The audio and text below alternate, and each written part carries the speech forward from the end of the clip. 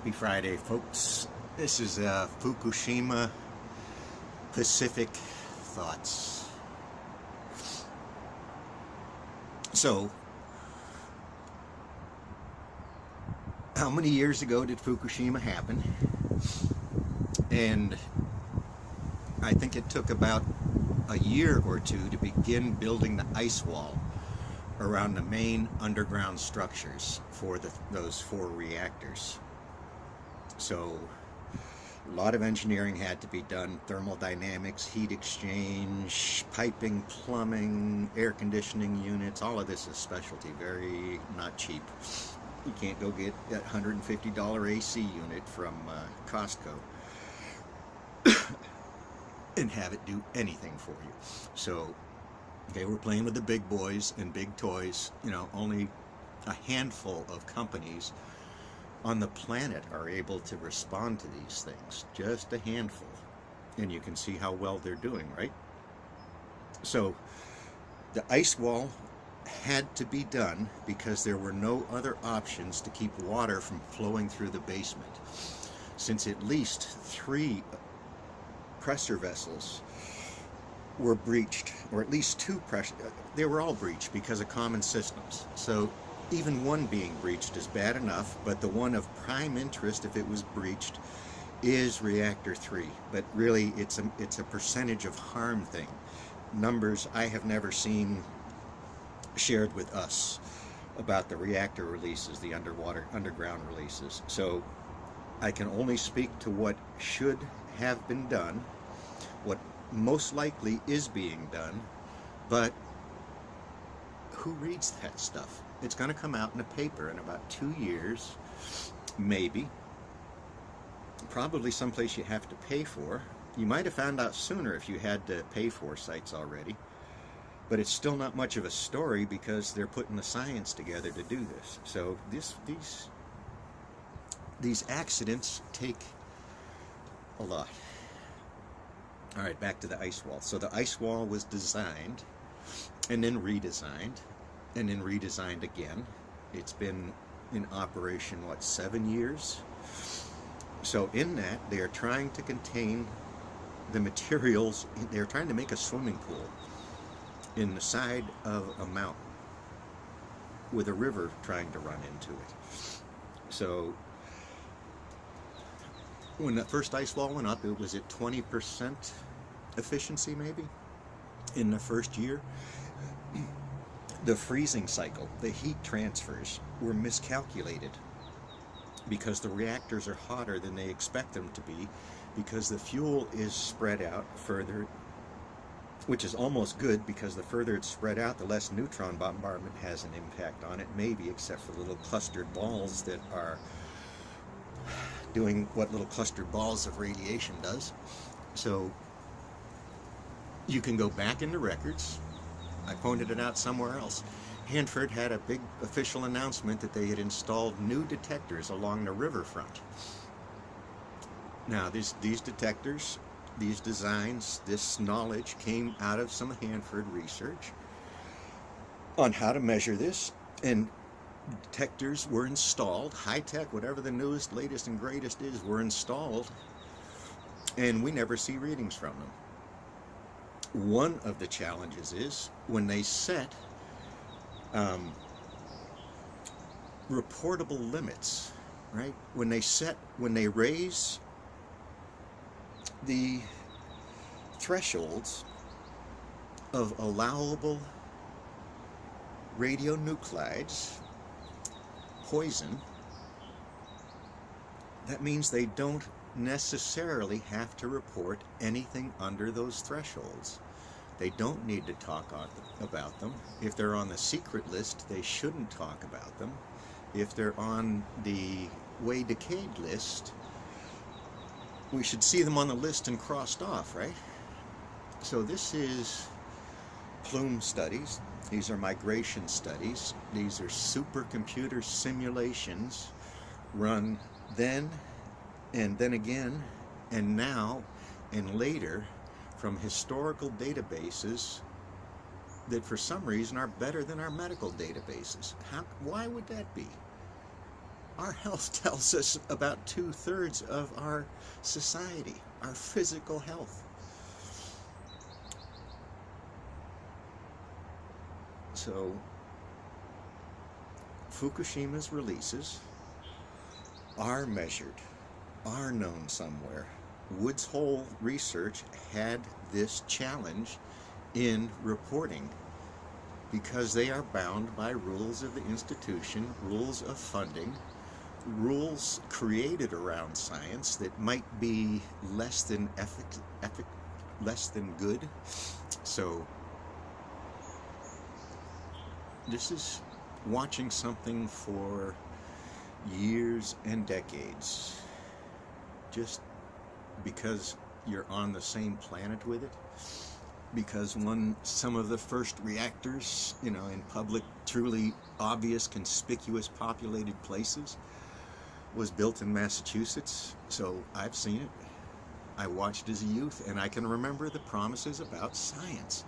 That was part of the entanglement that they did to these neighborhoods. These well-educated sides of America had these entanglements. A research reactor got stuck into a very progressive liberal school. How does that happen? So, long game, folks. This is a very long game. But if we can shut down, slow down the harvesting and uranium and cesium from the surface of the planet, that would relieve, I'm going to guess, it a quarter of the harm of the terraforming that we do to build this civilization. So terraforming is not a space age word. Engineering does a lot of things. Again, I poked, that's the best I can say. And this is how I've seen it works. And pollution is not discussed because it's not understood. It gets hidden in dogma or poor homework or misunderstanding. Being triggered and going into a rabbit hole is dangerous.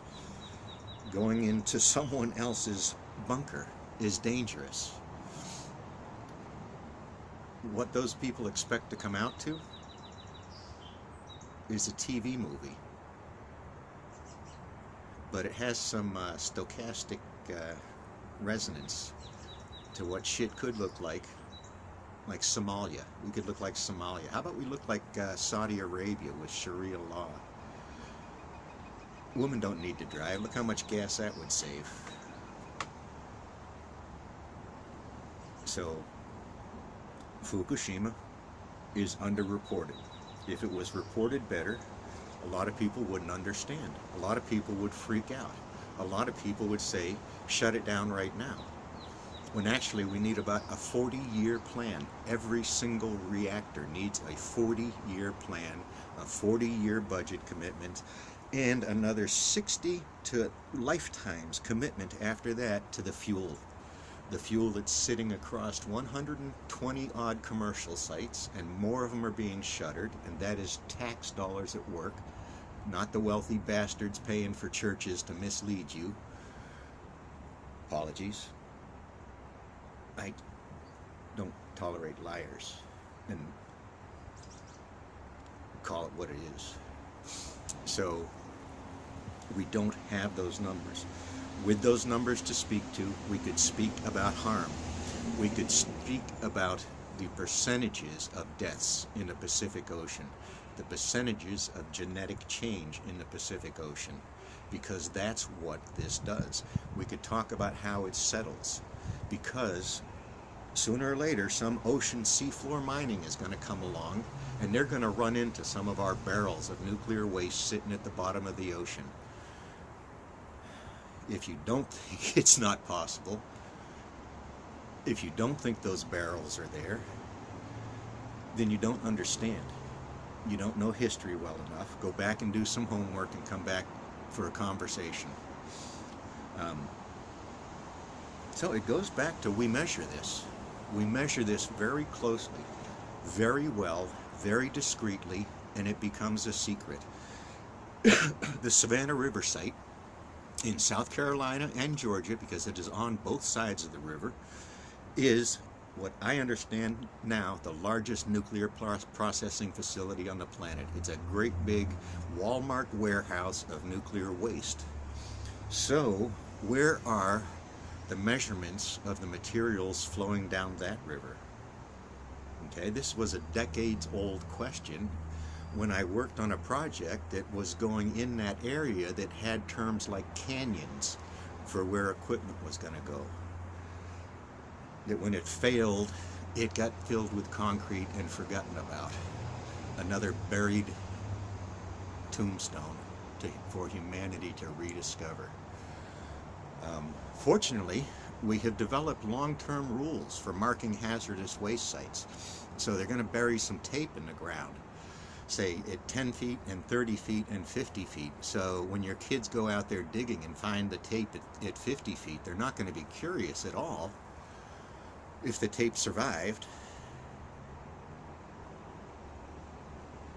So where does this go? Where else does this go? It goes to Rocky Flats, being made into national parks. It goes to the Hanford area, being made into national parks.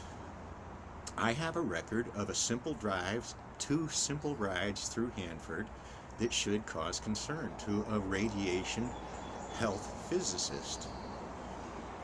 There's no way for me to get the information he would have to assess that. He would have to have a permit or a license to go do that. Something official saying that, okay, you can even ask these questions. This is how it works. And the instrument I would offer him to do that is not even a $40,000 instrument I was talking about. It would be something from a certified lab, from somebody that knows what the instrument's capable of, and all I can do is do the correct measurement patterns and types across an area to define if somebody that knows what they're talking about in the rest of these physics can interpret this. But that's hard to do. Now, why is it hard?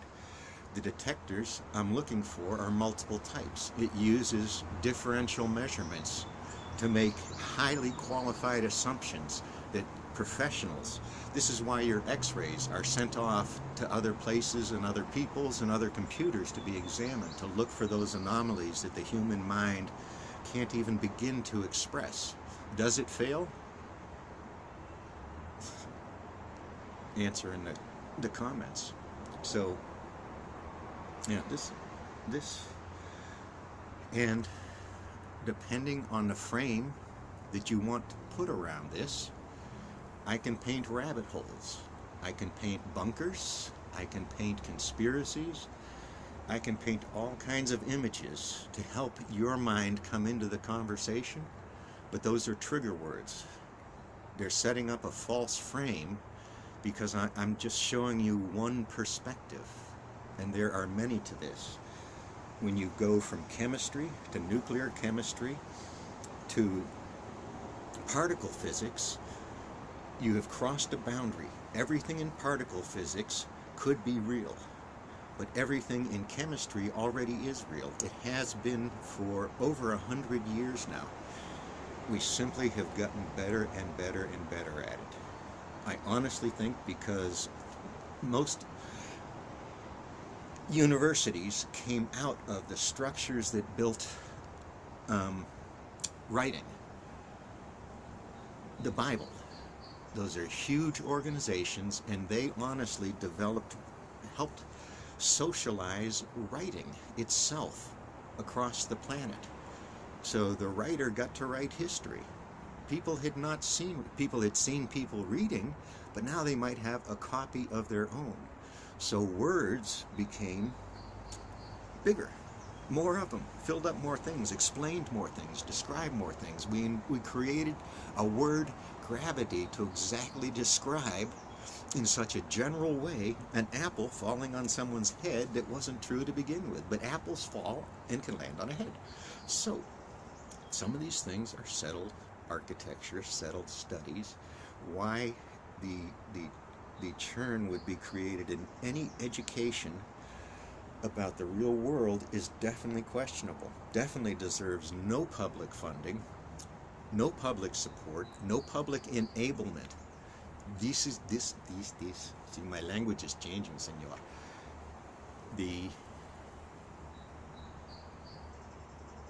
Something's broke, right? Something is broke.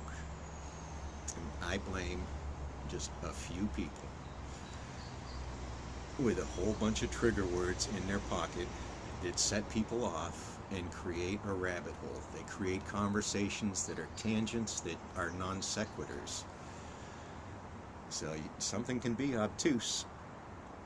That's another word, right? All right. I'm going to keep it under 20. So I drove my tank over rabbit holes and over a whole bunch of landmines, and that's how these conversations really are. You blow shit up, you go crawl down in there and see if there's anything dangerous down there. If a rabbit's living there, you eat it or you leave it alone. Or a badger might own it now, or a snake might own it now, or some tiny person. And that's the real world. What do we do? We're bombing this shit. We're bombing it. And people like that. People like bombs. Thank you, folks.